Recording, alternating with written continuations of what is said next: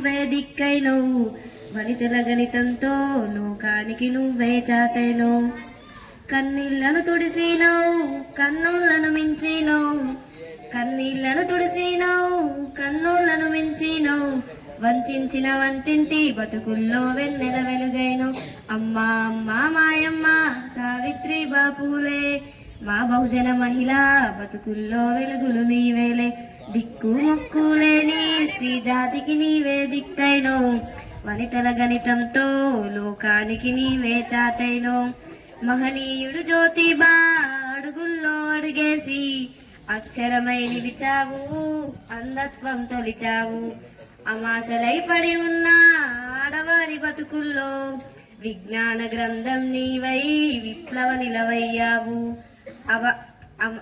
అవాయపు కంచం కూర్చి అవనికే గురువయ్యావు. అమ్మా అమ్మా మాయమ్మ సావిత్రి బాపులే, మా బహుజన మహిళా బతుకుల్లో వెలుగులు నీవేలే. దిక్కు మొక్కులేని శ్రీ జాతికి నీవే దిక్కైనవు, వనితల గణితంతో లోకానికి నీవే చాటైనవు. మెతుకులకై చిటికేటి ఆతుకుల బతుకుల్లో నింపావు కొండంతా శ్రీ జాతికి అండంతా. గుణమున్న విషణాలు బుసలు కొట్టే ఆ రోజుల్లో పగవట్టి మావాదం మంటలపై తుపానువై.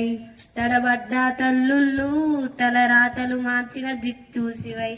అమ్మా అమ్మా మాయమ్మ సావిత్రి బాపులే, మా బహుజన మహిళా బతుకుల్లో వెలుగులు నీవేలే.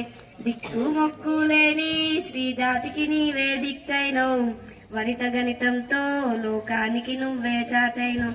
ఈ చిన్న అవకాశం ఇచ్చినందుకు థ్యాంక్ యూ.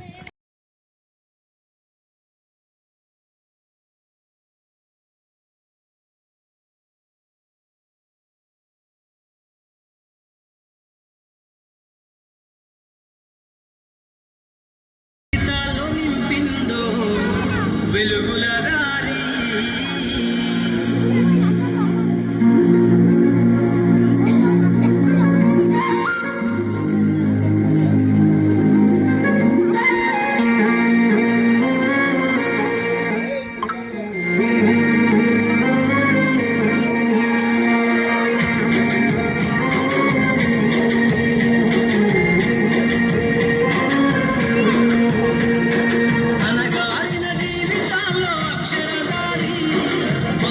పొడిసెను చదువుల జెండగా మారి, ఈ దేశపు మొదటి పంతులమ్మగా చేరి మన జీవితాల్లో నింపిందో వెలుగుల దారి.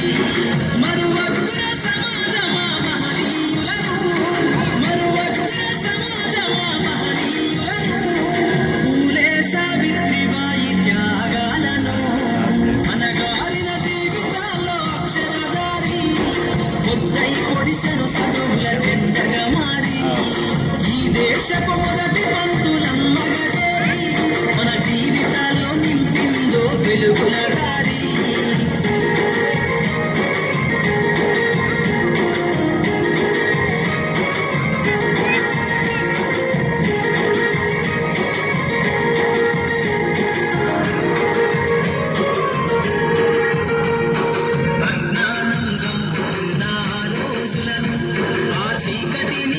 చేసిన మేధస్సును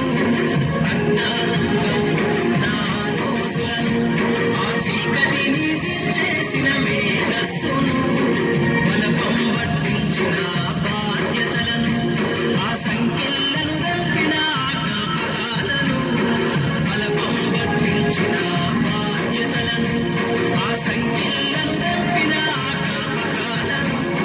మరువద్దుర సమాజమా మహనీయులను, మరువద్దుర సమాజమా మహనీయులను, వాటినందుకోని శాసించర గగన తలమును. అనగారిన జీవితాల్లో అక్షరదారి పొద్దై పొడిసెను చదువుల జెండగా మారి, ఈ దేశపు మొదటి పంతులమ్మగా చేరి మన జీవితాల్లో నింపిందో వెలుగుల దారి.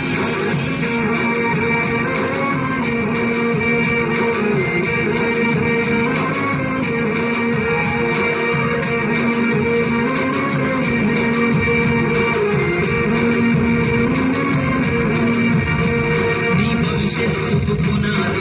పుస్తకాలను మన మస్తకంలో బంధించరా అక్షరాలను నీ భవిష్యత్తుకు పునాదేశ పుస్తకాలను మన మస్తకంలో బంధించరా అక్షరాలను నిక్షిప్తమై దాగిన ఉడింగు భాషను నువ్వు నేర్వాలిన విశ్వము విజ్ఞాన రాతను నిక్షిప్తమై దాగిన ఉడింగు భాషను నువ్వు నేర్వాలిన విశ్వము విజ్ఞాన రాతను సదవాలిన పేదల కన్నీటి దారను సదవాలిన పేదల కన్నీటి దారను వెతకాలిన జగజ్జేత అన్వేషణను అనగారిన జీవితాల్లో అక్షరదారి కొత్తై పొడిసెలు చదువుల జెండగా మారి ఈ దేశపు మొదటి పంతులమ్మగా చేరి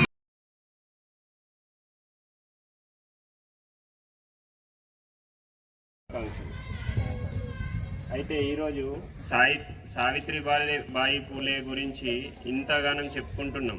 ఎందుకు అంటే ఆవిడ చిన్నప్పుడే బాల్య వివాహం చేసుకొని తర్వాత ఆవిడకు చదువు లేనప్పుడు ఆమె ఎక్కడ చదువు నేర్చుకుంది? Yes, very good. వాళ్ళ భర్త దగ్గర నేర్చుకుంది. ఆల్రెడీ ఇదంతా మనం లాస్ట్ ఇయర్ నేర్చుకున్నాం. గుర్తుందా ఎవరికైనా? ఆల్రెడీ 9th ఇద్దరు ముగ్గురు చేతులు లేపి ఉండే మధ్యాహ్నం.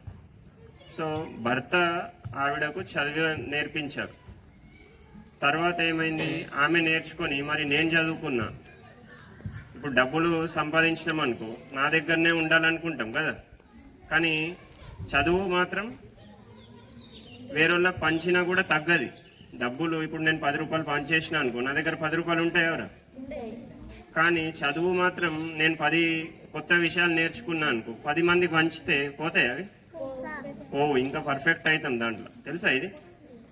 అందుకే మీరు ఏదైనా నేర్చుకుంటే పంచాలి. సో ఈమె కూడా ఏం చేసింది? ఆమె చదువు నేర్చుకున్న తర్వాత మరి నేను నేర్చుకున్నా, మరి ఇతరులు ఎందుకు నేర్చుకోకూడదు అని చెప్పి ఒక సంకల్పంతో 1848 అంటే 1848వ సంవత్సరంలో ఒక పాఠశాలని స్థాపించి అక్కడ చదువు చెప్పడం స్టార్ట్ చేసింది. అయితే ఈ చదువు చెప్పే క్రమంలో ఏమైంది? ఆవిడ చదువు చెప్పడానికి వెళ్తున్నప్పుడల్లా దారిలో చాలామంది వెక్కిరించే వాళ్ళు, బురదతో చల్లేవారు, అదేవిధంగా రాళ్లతో కొట్టేవారు. అంత అవమానాలకు గురి చేసినా కూడా ఆమె ఒక డ్రెస్ ఎక్స్ట్రా పెట్టుకొని అక్కడ స్కూల్కి చేరిన తర్వాత ఆ బురద డ్రెస్సుని చేంజ్ చేసుకొని మళ్ళీ అన్ని డోర్స్ క్లోజ్ చేసుకొని చదువు చెప్తుండే, వేరే వాళ్ళు డిస్టర్బ్ చేయకూడదు. సో అంత అంటే వేరే వాళ్ళ కోసం, ఆమెకు వేరే వాళ్ళకి నేర్పిస్తే ఆమెకి ఏమన్నా లాభం ఉందా? ఇప్పుడంటే ప్రైవేట్ స్కూల్లో ఫీజులు ఇస్తున్నారు, అప్పట్లో ఇచ్చిందా? అయినా కూడా ఆమె నేర్పించింది, అవునా కదా? సో ఎంత గ్రేటా కదా? అట్లా ఆమె తీవ్రంగా కష్టపడింది. నాట్ ఓన్లీ అంటే చదువు చెప్పడం ఒకటే కాదు, ఆమె అంటే ప్రెగ్నెంట్ లేడీస్కి డెలివరీస్ కూడా చేస్తుండే. అట్లా చాలామందికి డెలివరీలు చేసింది. ఒక ఆమె దగ్గరికి డెలివరీ కోసం వచ్చి చనిపోతుంది పాపం. డెలివరీ అయిన తర్వాత బేబీ అట్లనే బతుకుతుంది, కానీ డెలివరీ అయిన తర్వాత ఆ మదర్ చనిపోతే ఈమెనే పెంచుకుంటుంది. ఆమెకు ఆ బాబుకి యశ్వంత్ అని ఒక పేరు పెట్టుకొని పెంచుకుంటుంది. అట్లా ఆమె చేసిన పనులు 1, 2 అని కాదు, చాలా చాలా గొప్ప పనులు చేసింది. కాలక్రమంలో ఇక్కడ ఒక దగ్గర ఎందుకు నేర్పియాలి, చాలా దగ్గరలో నేర్పిస్తానని చెప్పి క్రమక్రమంగా కొన్ని రోజుల తర్వాత 4 ఏళ్లకు ఒక 20 పాఠశాలలు, మరికొన్ని సంవత్సరాల తర్వాత ఓవరాల్గా ఆమె లైఫ్ టైంలో 52 పాఠశాలలు స్థాపించి చాలామందికి, ఎంతో వేల మందికి చదువు చెప్పింది. తర్వాత ఆ కాలంలో ఏముండేనంటే, ఆ కాలంలో అంటే ఎవరన్నా భర్త చనిపోతారు కదా, భర్త చనిపోయిన స్త్రీలకు శిరోముండనం చేస్తుండే, అంటే మొత్తం గుండు గీసేస్తుండే, అర్థమైందా? కానీ ఈమె ఏం చేసింది? ఇట్లా చేయడం తప్పు. భర్త చనిపోతే భార్యదేం తప్పు ఉంటుంది, అవునా కదా? తప్పు ఉంటుందా భార్య? సో ఆమెను శిరోముండనం ఒకప్పుడు ఉన్న బాల్య వివాహాలల్లా, వితంతు సతీ సహగమనం ఇట్లాంటి అన్ని జరిగినప్పుడు ఇట్లాంటి ఒక వ్యక్తి, ఒక లేడీ అనేటోళ్ళు బయటికి రావాలి అంటే అది మామూలు కరేజ్ కాదు, చాలా ధైర్యమై ఉండాలి. ఆమె ఆ రోజు అన్నింటికి ఓర్చి అప్పుడు అడుగు బయట పెట్టి ఒక రెవల్యూషన్ తీసుకొచ్చింది కాబట్టి మేము ఈ రోజు ఇంత స్వతంత్రంగా ఇంత గొప్పగా మీ ముందర నిలబడ్డామంటే మా వెనుక ఆమెనే ఉంది, ఆమెనే కారణం. ఆమె వల్ల మాత్రమే మేము ఈరోజు చదువులు కానీ ఉద్యోగాలు కానీ ఆమె వల్లనే చేస్తున్నాం. సో మేము ఆమెకు జీవితాంతం ప్రతి మహిళ ఆమెకు రుణపడి ఉంటారు. Thank you one and all.